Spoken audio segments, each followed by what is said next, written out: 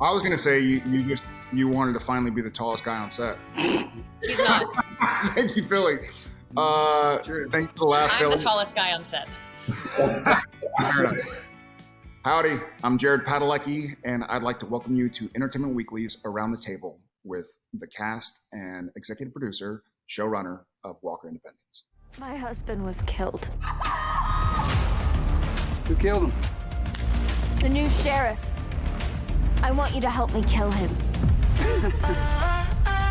This is a risk I'm not willing to take. Let's go ahead and start this off. Seamus, where... Jared. The fans want to know, where did this idea come from? While working on Walker, I realized there was a little bit of an opportunity. It sounds cliche, but I always loved Westerns, and I always wanted to make a Western. The first script I ever wrote was a Western, so I was trying to figure out a way back, and I kind of realized there was a little bit of a cheat on Walker after I killed off a certain character who I was feeling remorse killing them off. And we kept saying things like fifth generation walkers. So it felt like an opportunity to like, what was the first generation walker? And honestly, doing the math was like, wait a second, that's the starting point of like who were the first generation walkers and how to bring back this character who I loved and how to get away with doing a bunch of stuff that I always wanted to do and tackling a genre that I love. So it was that was it. That was, what lit the stick of dynamite. For sure. I think for me, I kind of recall it was before the first episode of Walker even aired, and credit to Anna Fricke, who's running Walker and has since day one. The vibe in the Walker family and the Walker verse is very creatively inviting. And so it's kind of like best idea wins. There are no egos. And so Seamus came and was like, hey, I'm tired of writing for the show. I know it hasn't aired yet, but I want to write a Western. Can I do it or not? Yeah, you get the boys down. All right. That is exactly what you sound like, actually. That's wild. Yeah. Now, this is for our actors. What made each of you want to be involved in this project? I'll start with K-Mac. It's actually interesting. As all of you know, we get asked the question all the time, what's your dream project? What's something you'd love to do? And my pat answer was always, put me in a corset and hoop skirt and I'm a happy girl. I'd love to do a period piece. And I guess manifestation is a thing because here I am. But, aside from that, initially reading the script, there's such a nostalgia to Westerns. And Seamus, you did such a great job of capturing that. But also there's another layer to the show. I keep saying it's not your mama's Western, and it really isn't, because each one of these characters has so much depth to the world. And we really are getting a chance to kind of reinvent this genre. But particularly with Abby, she's not your typical woman in the West. She has so much more agency than a lot of women in the 1870s. Unfortunately, given that her entire life goes up in flames in the first 15 minutes of the show. But it's in the trailer, Seamus. It is the trailer, Seamus. Yeah. But rather than, succumbing to a victim, she chooses her own destiny and moves forward and finds all of these lovely folks. Or they find her. Yeah. Wonderful. Yeah, not your mama, not my mama's Western, my great grandmama's Western. Because Philly is the next person I see on this little kind of crazy chart. I'm going to you next. So for me, I just really loved what Seamus and in particularly Larry were preaching about the show, which was that it was going to be different. It was going to be inclusive. It wasn't going to be just about particular people. It was going to be about everybody. And especially coming from a Western sense, from a minority standpoint, being Black in that time of the 1800s, that story hasn't really been told. And now we are actually, and I thank God for Seamus, Larry, and even you, I'm actually being able to rewrite a little bit of history. Also, my dad, I grew up watching Bonanza, and, it was just one of those things. So technically, it's kind of like an homage to my dad as well. So for me, it hits a whole bunch of different points. We all love Billy's dad. We do. Thank you, Philly and Philly's dad. Going back down, I'm looking at Katie.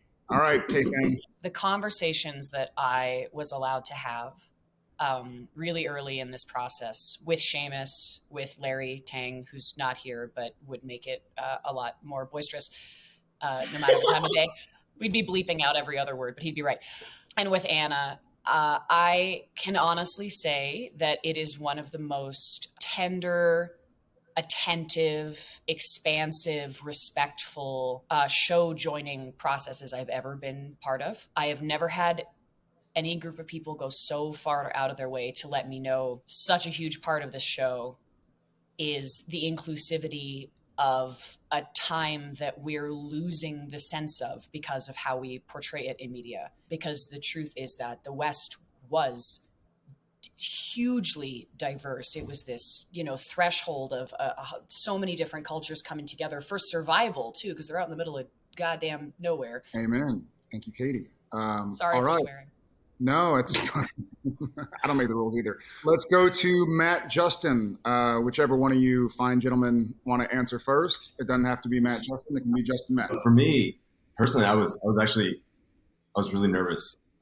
I had a lot of reservations about doing a period piece about playing a native at this time because we've seen it so many times. It's kind of always been the same.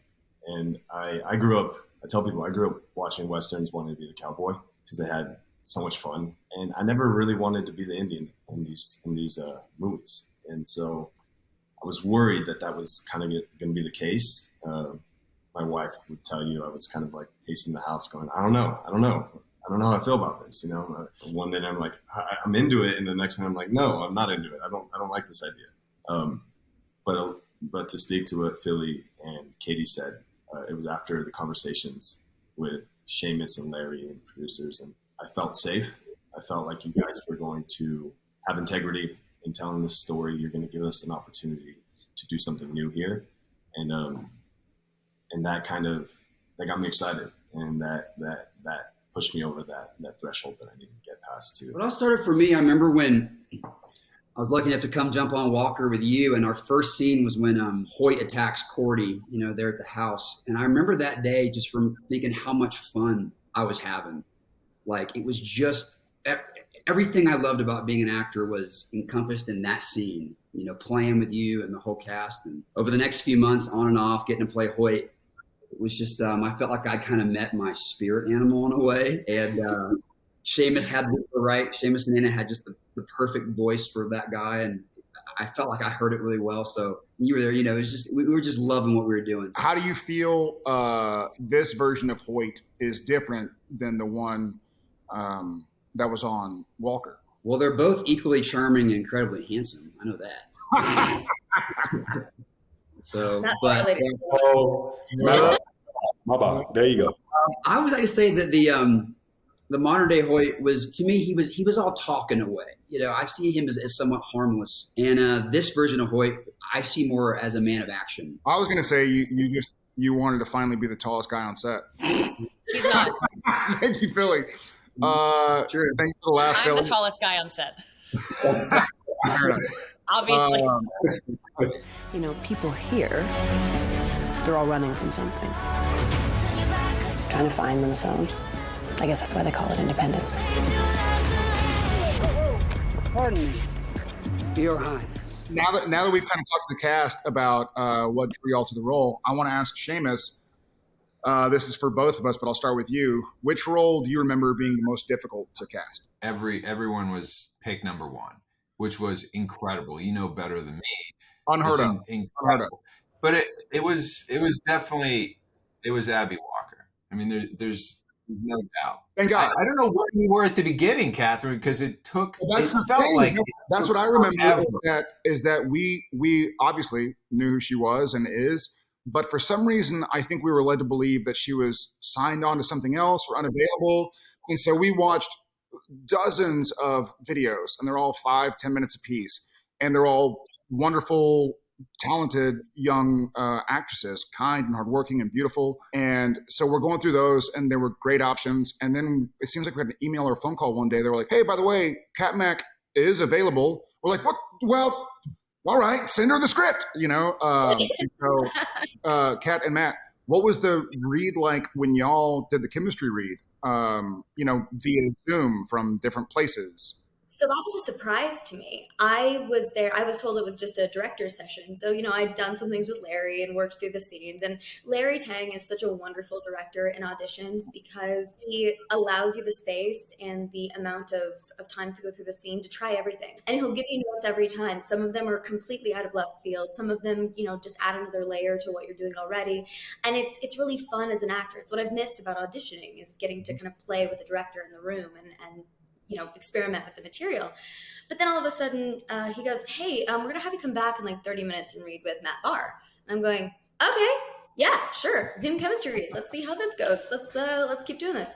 My first thought was, oh man, I could work with this guy for years. This is awesome. This family is so wonderful. And these people are creative and passionate and kind and fun. And this is a place I want to be. This is a home I want to create. And so thank you for having me.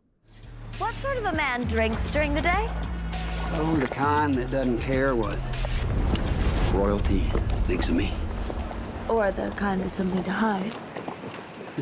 We've talked about some good stuff. I want to ask each of y'all a question. What is your most and least favorite part of making a period piece? The clothes sometimes, because Santa Fe is very hot and then it can get very rainy and then it can get very windy. We don't have it as bad as the girls do. We don't. We're not in corsets. No, you don't. Or heavy dresses. No question, 10 out of 10, the clothes. They are beautiful. Marion Toy should get every award that has ever existed for a smart person who puts good clothes on people. I am not a person who functions well when I cannot breathe. And now I am in a corset, a bustle, bloomers, 2 layers of skirts, because that's the other thing about my character is that I am the de facto fashion plate on the show. So everything that you look on a mannequin and you go, man, that's fantastic, I want to put that on. I spend all day in that. So in the morning, I'm like, God, this is great. I'm the best actor ever. And then 3 hours in, everybody just watches me melt into a non-functioning pile of, I'm like a clothing cake. You're going to love the three-parter where it's Kate Carver has a hard winter, because that's coming up and more layers. That sounds like my autobiography. Kate Carver has a hard winter. That's my millennial. Seamus, I thought you were writing an episode where she runs the first marathon, but in her period clothing. For me, it's like, it's kind of fun to when you're shooting something to improvise and kind of, BS something. And when you're doing period, you can't, you got to think through what would be appropriate for that period. Yeah. So I want to say man, that's awesome. And you can't say awesome. Can I go with favorite? Least favorite, I guess least favorite would have to come down to some of the clothes stuff. But favorite thing, like yesterday on set, was riding horses all day. It's the best. That is. I'm like constantly pitching Seamus like, hey, when can we do this? Hey, when can we do this on a horse? I'm like, when do I get to jump off a roof on a horse? Like, there you go. We'll get there. That's true. We spend a lot of time being like, Justin, no.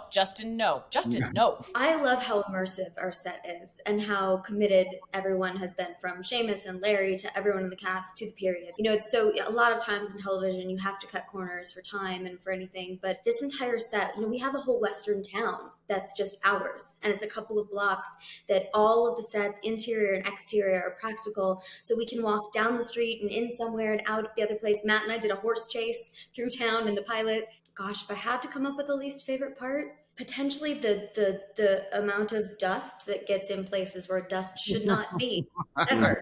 Mm-hmm. But we've learned to deal with that. The pilot we were learning, and now we've got the dust. We've got dust management under control. People aren't what they seem. You're the new sheriff? Is something rattling you? You seem awfully on edge. Westerns are making a big resurgence right now. And do any of y'all have an opinion on why that is, what the appeal of a Western is in our modern times? I think there's a nostalgia to Westerns. People love seeing that kind of community, and there's a survival, and there's a sort of adventure aspect to Westerns. There's a romanticism to them that it's familiar to so many folks. But in Walker Independence, we have that. but there's more. There's more to the party. I've always thought like Westerns are like a simplified sandbox of our culture. You know, we become a lot more sophisticated nowadays, but it's like we're fighting and dying for the same things now than we were, 200 years ago. So in uber political times that we live in, there's something really satisfying. And I'm always afraid to say this at times, but like it just took care of, it's like Texas justice, not saying it's right, but there's just something kind of wickedly fulfilling about that. People took action and they did it right in the streets. And so I always thought that's kind of just vicariously, we live through that in a way with Westerns. I think that like off of that, I think the stakes are higher just dramatically sometimes. I think Westerns kind of plateaued and there was a decline of Western as a genre, like in film and obviously TV, there's little to nothing. And I think I think there's a realization, there's a chance to revisit this through a different lens. Mm-hmm. And what if we start telling Westerns where it has the same appeal of everything we're talking about, but from different points of view and from the margins of history. And you can do a Western in a way that we all love, but what's the new take? I think it took a while for everyone to wrap their head around. Time for a new take. And there's still that wish fulfillment that, Matt's talking about, but also like come at it totally differently.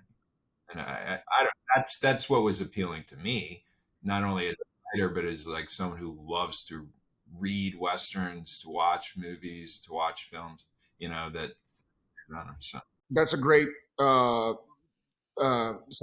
to my question back to you, boss man. Was there any additional research you did either on factual Texas history or watching more Western movies, or was this something that you knew about already? Yeah, I think it was a little bit of everything. It was just like a chance to kind of go back and revisit an era and look for those untold stories, look for, actual true to life characters who never had their day in the sun.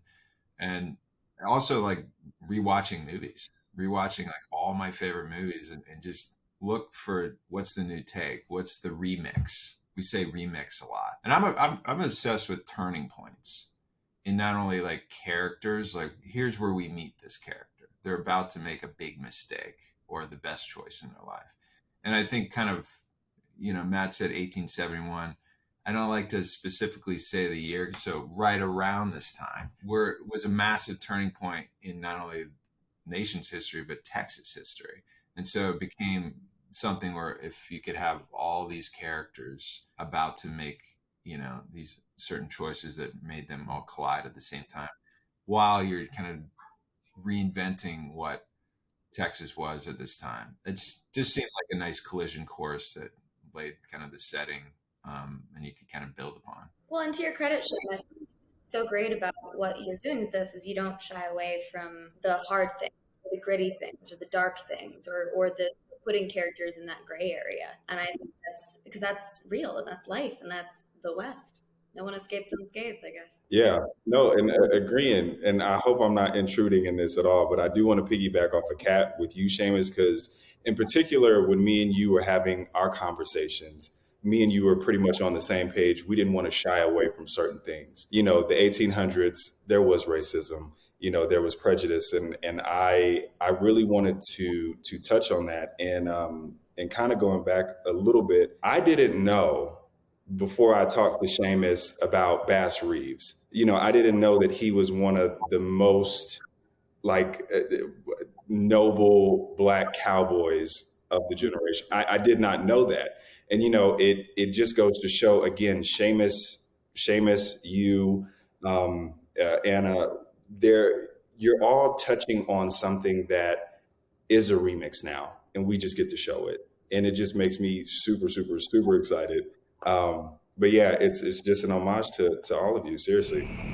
Darling, I've been waiting for you. How are you feeling? Naked. My husband, he was supposed to be the sheriff of Independence. Do you know where that is? I'll take you there. Often in Westerns, women are these damsels in distress that need a big, strong, capable man to come and save them. However, it's not the case in Walker Independence. So why was it important to play such strong characters in this setting? Wow. Well, I think that gender roles in the West, one of the best kept secrets, not kept secrets, is that gender roles in the West and on the frontier were not as cut and dry as people think they were. There were queer people in the West. There were trans people in the West. There were all kinds of social and romantic partnerships. It was just a big, endless frontier world of people figuring each other out in the midst of racism, sexism, homophobia. But there is also sort of an odd freedom to exploring that because it was the frontier. People were dealing with things they'd never dealt before, dealing with really harsh conditions and existential crises. Everybody was so far apart. No one knew what anyone else was doing. So one of the things I love the most about this show is that there is room for exploration of gender role and queerness. I'm queer. I identify as a femme person and not as a woman. So I think that playing somebody who is so high femme and also so in control of their space in many ways, and then not in control of their space in many ways, means a lot to me. I'll follow what Katie was saying on that, and that not only is having Katie Findlay a gift, but it's interesting because you have these two women who have extremely different backgrounds, extremely different personalities in the way that they navigate this world. But as soon as they meet, it's almost that game recognizes game. They clock each other instantly and go, oh, wait a minute, you're like me. You're not the typical, you don't fit the mold. You don't fit this world or what this world expects of you.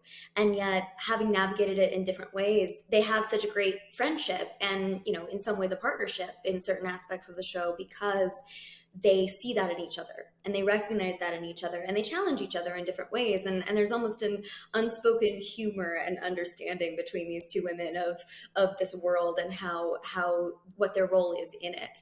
But, for Abby in particular, it's, and for me, getting to play someone like Abby, it's, as Katie said, it's an honor and it's a privilege and it's a responsibility that I take very seriously because, she is a woman who has not only everything else women have to deal with, but also the obstacle of society. And being a woman who doesn't fit can present its own challenges and its own struggles, but also having the opportunity to kind of subvert the ingenue in a way is a lot of fun. And to go, okay, she looks like a lady on the outside, but is she? Is she in every way? Does she always make the right choice? Yes, she's a tenant of justice and of doing the right thing and caring about other people, but what is the West going to do to Abby and how does it change her? I love watching it too. Because Big Boss Man is here and I'm technically an EP, I'm going to try and behave in front of him and say, Katie Findlay, we need you to go make this TV show. So I gotta go to work. Bye, Katie. What's funny, I'm looking at my car right now. I've been watching this poor, lovely man who can now see me and I think is waving at me. I gotta go get in his vehicle because he's been really patient. Thank you so much. I love you guys. Thanks for having me. I got big plans for this place. No one knows who he really is. Snakes shed their skin eventually. Okay, this question is for Justin. How important was authenticity to you in accepting this role and taking it on and helping to tell the story of the Native culture? That's not a hard question at all. No, it was extremely important to me. I always felt a huge responsibility. And like I said, I wrestled with the idea of playing this character, a Native character, at this point in history, because it's not cut and dry. It's not simple. Their world was changing drastically. And I don't think I've ever experienced something that made my whole life change the way that they were probably experiencing at the time. So I wanted to do it justice. I wanted to tell a truthful story. I wanted to do it in a way that really respected, especially the Apache culture. And Seamus and I were on the same page with that. And at one point, I felt very overwhelmed. I was in the hotel room during the pilot, and I almost felt like I was going to have like a panic attack because it just dawned on me how much weight was on getting this right. I didn't want to let anybody down. And there's always going to be critics. There's always going to be people who are going to point out things. And like Seamus said, we're not always going to get it 100% right, from idea to the script to the day. We're going to be trying our best. And to get the blessing of the translator, and after meeting him and for him to accept me and to allow me to speak his language and to tell this story, it felt amazing, and that's always there when I'm in a scene, whether I'm speaking the language or not. I'm trying to really honor that. So it's been beautiful, man. It's been great. I wouldn't trade it for anything, but I definitely do feel the responsibility heavy. I hope I'm doing them justice. It's an amazing job. You are. Okay. I have heard something that makes me both happy for y'all and insanely jealous of y'all. I heard of something called Cowboy Camp. Yeah. Who got to be a part of Cowboy Camp? We all did. All of us here. Yeah. Come on. I'm jealous now. All right. What was that like? Who was the MVP? And what were the toughest skills to learn? Oh, man. I think the MVP are the horses, honestly. For us. I rode horses in Girl Scouts a little bit, but I've learned so much even in the short amount of time we've been here. But it's a lot of fun just to get a horse and get to know them and start to build that relationship and be out with the gang. We have such a good time out on our ranch just riding around. What do you say, fellas? I admire you. Remember one of our first cowboy camps, they're like, hey, Kat, get on the back of Matt's horse and just hold on. On the saddle? No, you're not on the saddle. You're on the horse's butt. Just hold on, Matt.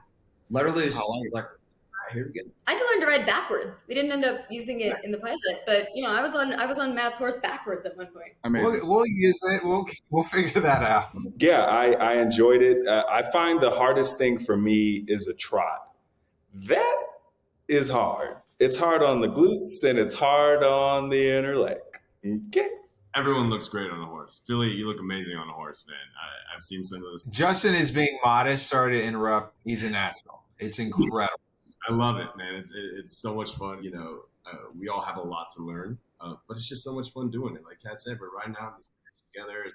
You can't see people, you can't see cars, you can't see anything for miles. You are, though. I've ridden a lot with Justin, and I'll just be watching him, looking at him like, man, you are right where you're supposed to be.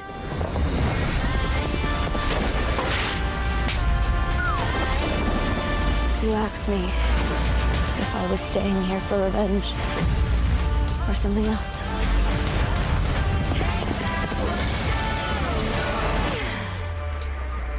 Maybe it's justice, one way or another.